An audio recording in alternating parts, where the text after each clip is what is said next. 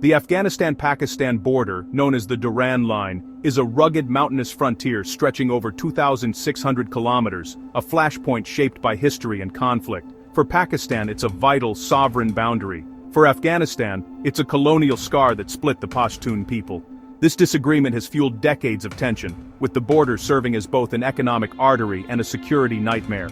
Key crossings like Torkham and Chaman are lifelines for trade and families, but frequent closures choke commerce and trap people in crisis. The border's porous nature has allowed militants, smugglers, and refugees to move freely, making it central to Pakistan's counter-terrorism efforts. After the Taliban's 2021 and Southern Sundals nows in turn, Pakistan's fears of cross-border attacks grew, while the Taliban saw border control as a test of sovereignty. Mistrust runs deep. Every incident risks spiraling into a major crisis. The world saw this volatility explode in October 2025, when a tense standoff erupted into deadly conflict. The Durand Line remains one of the world's most dangerous borders, where history, economics, and security collide. On October 11-12, 2025, simmering tensions erupted into open warfare along the Durand Line. Afghan and Pakistani forces clashed with artillery, jets, and ground troops, each side claiming victory and heavy losses for the other. The Taliban announced they'd captured border posts and inflicted major casualties. Pakistan countered with reports of a massive counteroffensive and destroyed Afghan positions. The violence followed days of accusations over airstrikes and border violations, pushing both sides to the brink. Eyewitnesses described jets overhead and smoke rising from border towns as the fighting intensified.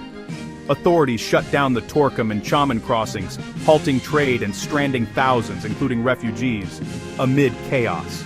The weekend's bloodshed marked a dangerous escalation with no clear end in sight. At the heart of the conflict is a cycle of blame and mistrust. Pakistan accuses the Afghan Taliban of sheltering the TTP, a group waging war against the Pakistani state. The Taliban deny this, insisting attacks in Pakistan are an internal issue and condemning cross-border strikes as violations of Afghan sovereignty.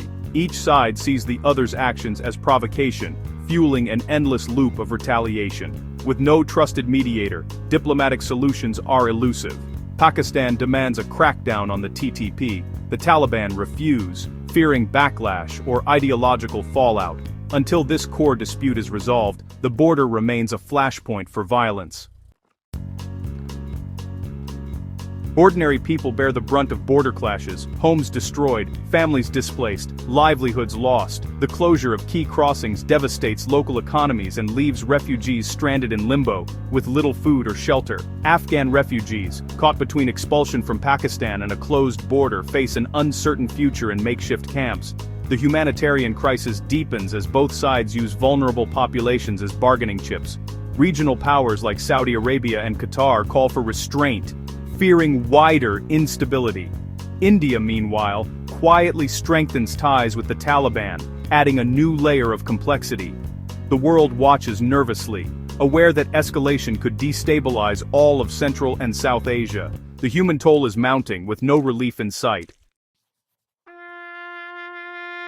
The roots of this conflict run deep, back to the 1893 Durand Line, drawn by the British with little regard for local realities. Afghanistan has never recognized the border, seeing it as an unjust division of Pashtun lands. For Pakistan, it's non-negotiable. This historical grievance has fueled decades of mistrust, proxy wars, and militant networks that now haunt both nations. The October 2025 clashes mark a shift from shadowy proxy battles to direct state conflict.